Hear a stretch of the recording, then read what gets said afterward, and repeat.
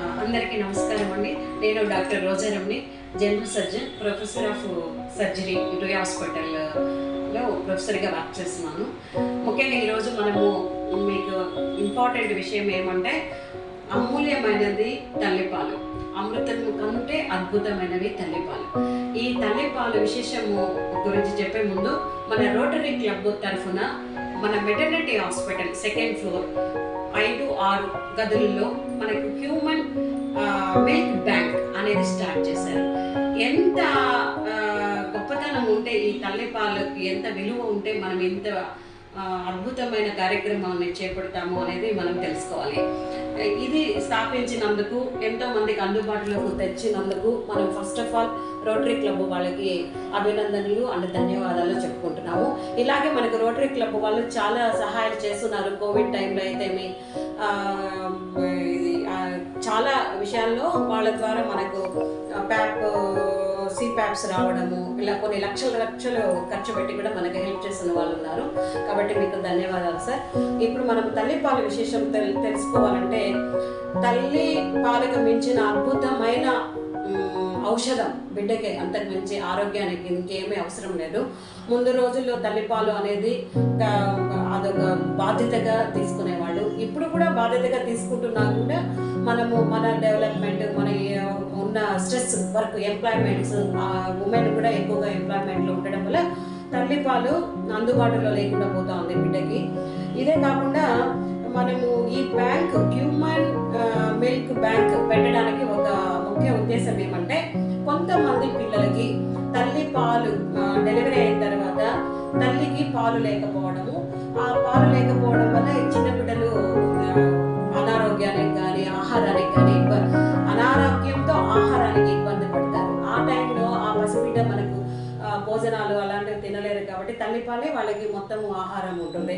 కాబట్టి ఎవరైతే ఎక్కువగా సమృద్ధికరంగా తల్లిపాలు ఏ తల్లికైతే ఉంటాయో వాళ్ళ తమ బిడ్డకి అయ్యి మిగిలిన పాలు ఇప్పుడు కొంతమందికి ఏమంటే బిడ్డ పెదవి తగలగానే చను మొనలకి ఆ స్టిమ్యులేషన్కి మన బ్రెయిన్ యాక్సెస్, తల్లికి దేవుడు ఇచ్చిన వరం లాంటిది అది.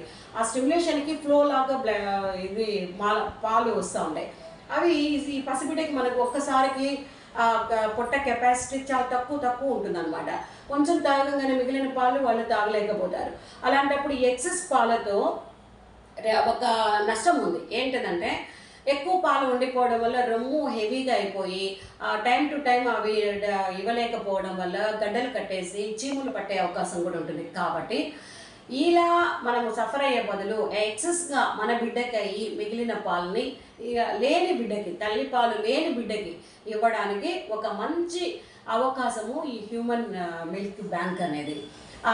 ఆ మిల్క్ని ఎలాగంటే చాలా భద్రపరిచి, మామూలుగానే గర్భవతి అప్పటి నుంచి మనకు గర్భము ఆమె ధరించింది అన్నప్పటి నుంచి చాలా టెస్టులు చేస్తాము. ఆమెకి ఏం డిసీజులు ఉన్నాయని తెలుస్తుంది.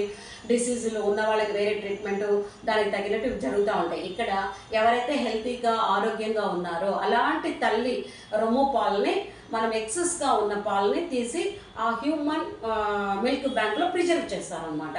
దానికి చాలా బ్యాక్టీరియా డెవలప్ కాకుండా, బిడ్డకి హానికరం లేకుండా, దానికి కావాల్సిన తగినంత టెంపరేచర్లో, దానికి తగినంత ఉపయోగపడే ఫ్రిడ్జ్లు, రిఫ్రిజిరేటర్స్ వేరేగా ఉంటాయన్నమాట. ఫ్రిడ్జ్ సిస్టమ్ ఉంటుంది.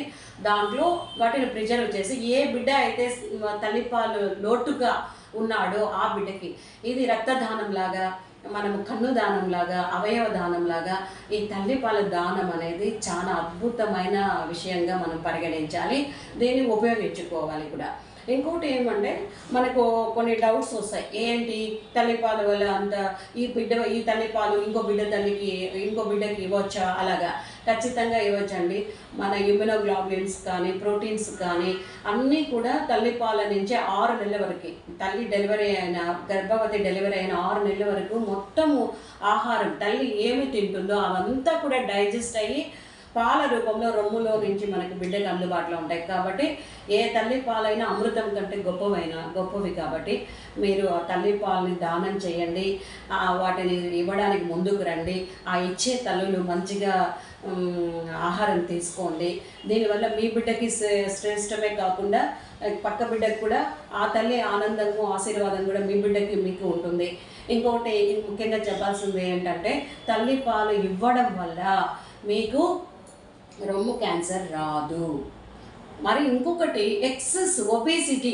ఇప్పుడు ఎవరైతే తల్లిపాలు ఇవ్వరో వాళ్ళలో ఎక్సెస్గా ఉన్న ఫ్యాట్ అంతా కూడా డిపాజిట్ అయిపోయేసి ఈ హార్మోనల్ ఇన్ఫ్లుయెన్స్ వల్ల ఒబేసిటీ వస్తుంది. ఒబేసిటీ కూడా రాదు. తల్లిపాలు ఇవ్వడం వల్ల ఊబకాయం రాదు, మదర్కి, బిడ్డకు కాదు, ఊబకాయం రాదు అండ్ రొమ్ము క్యాన్సర్ రాదు. ఇంకొకటి ఏమంటే బిడ్డకు కూడా ఈజీగా డైజెస్ట్ అవుతుంది. పోత పాలు వల్ల దాంట్లో ఉన్న ఫార్ములాకి ఈ చిట్టి పేగుల్లో డైజెషన్ పవర్ ఉండదన్నమాట.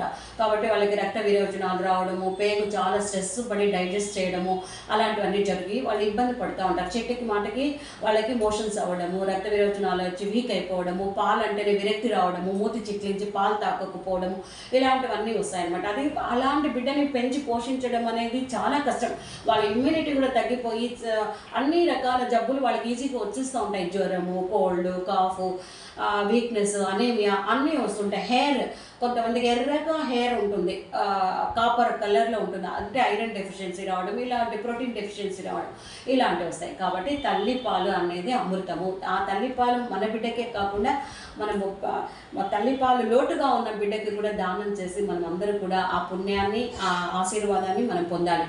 ఇంకొకటి ఈ దీనికోసమే ఎంప్లాయీస్, ఎవరైతే ఉమెన్ ఎంప్లాయీ ఉన్నారో వాళ్ళ మదర్ని తల్లిపాలు ఇప్పుడు డెలివరీ అయిన తర్వాత ఒక 6 months తర్వాత వాళ్ళు మెటర్నిటీ లీవ్లో వచ్చేసిన తర్వాత కూడా బ్రెస్ట్ ఫీడ్ ఉంటుంది. కాబట్టి వాళ్ళకు కూడా ఏం చేస్తుందంటే ఈ హ్యూమన్ మిల్క్ బ్యాంక్ అనేది ఉపయోగపడుతుంది. వాళ్ళు కూడా దానికి ఒక క్రీచర్ అనే పేరు ఉందండి. దాంట్లో